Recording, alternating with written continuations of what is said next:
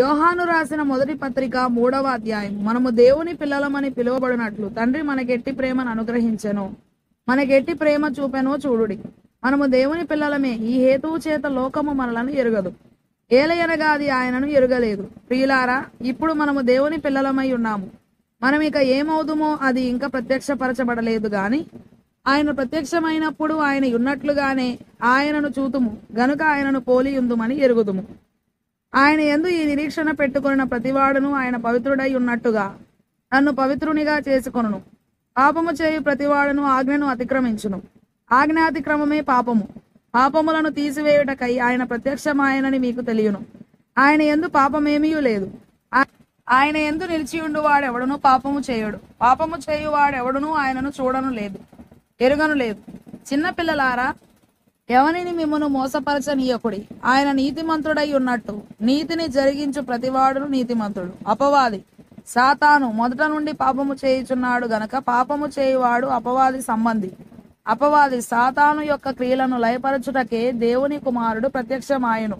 దేవుని మూలముగా పుట్టిన ప్రతివానిలో ఆయన బీజము నిలుచును గనుక వాడు పాపము చేయడు. వాడు దేవుని మూలముగా పుట్టినవాడు గనుక పాపము చేయజాలడు. దీనిని బట్టి దేవుని పిల్లలెవరో అపవాది పిల్లలెవరో తేటపడును. నీతిని జరిగించని ప్రతివాడును తన సహోదరుని ప్రేమింపని ప్రతివాడును దేవుని సంబంధులు కారు. మనం ఒకరినొకడు ప్రేమింపవలనన్నది మొదట నుండి మీరు వినిన వర్తమానమే కదా. మనము కయ్యూను వంటి వారమై ఉండరాదు. వాడు దుష్టుని సంబంధి అయి తన సహోదరుని చంపెను. వాడు అతనిని ఎందుకు చంపెను? తన క్రియలు చెడ్డవియు తన సహోదరుని క్రియలు నీతి గలవియునై ఉండెను. కనుకనే కదా, సహోదరులారా, లోకము మిమ్మల్ని ద్వేషించిన ఎడల ఆశ్చర్యపడకుడి. మనము సహోదరులను ప్రేమించుచున్నాము గనక మరణములో నుండి జీవములోనికి దాటి ఉన్నామని ఎరుగుదుము. ప్రేమ లేని వాడు మరణమందు నిలిచియున్నాడు. తన సహోదరుని ద్వేషించువాడు నరహంతకుడు. ఏ నరహంతకుని యందును నిత్యజీవం ఉండదని మీరు ఎరుగుదురు. ఆయన మన నిమిత్తము తన ప్రాణము పెట్టెను గనక దీని వలన ప్రేమ ఎట్టిదని తెలుసుకొనుచున్నాము. మనము కూడా సహోదరుల నిమిత్తము మన ప్రాణములను పెట్టబద్దులమై ఉన్నాము. ఈ లోకపు జీవనోపాధి గలవాడై ఉండి తన సహోదరునికి లేమి కలుగుట చూచియు అతని ఎడల ఎంత మాత్రమును కనికరము చూపని వానియందు దేవుని ప్రేమ ఏలాగు నిలుచును? చిన్నపిల్లలారా, మాటతోనూ నాలుకతోనూ కాక క్రియతోనూ సత్యముతోనూ ప్రేమింతము. ఇందువలన మనము సత్య సంబంధులమని ఎరుగుదుము.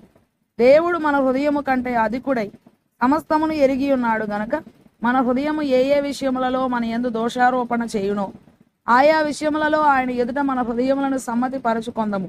ప్రియులారా, మన హృదయము మన యందు దోషారోపణ చేయని ఎడల దేవుని ఎదుట ధైర్యము గలవారం అగుదుము. మరియు మనం ఆయన ఆజ్ఞలను గైకొనుచు ఆయన దృష్టికి ఇష్టమైనవి చేయుచున్నాము గనుక మనమేమి అడిగినను అది ఆయన వలన మనకు దొరుకును. ఆయన ఆజ్ఞ ఏదనగా ఆయన కుమారుడైన యేసుక్రీస్తు నామమును నమ్ముకొని ఆయన మనకు ఆజ్ఞనిచ్చిన ప్రకారముగా ఒకరినొకడు ప్రేమింపవలనన్నదియే. ఆయన ఆజ్ఞలను గైకొనువాడు ఆయన యందు నిలిచియుండును, ఆయన వాని యందు నిలిచియుండును. ఆయన మన యందు నిలిచి ఉన్నాడని ఆయన మనకు అనుగ్రహించిన ఆత్మమూలముగా తెలుసుకొనుచున్నాము.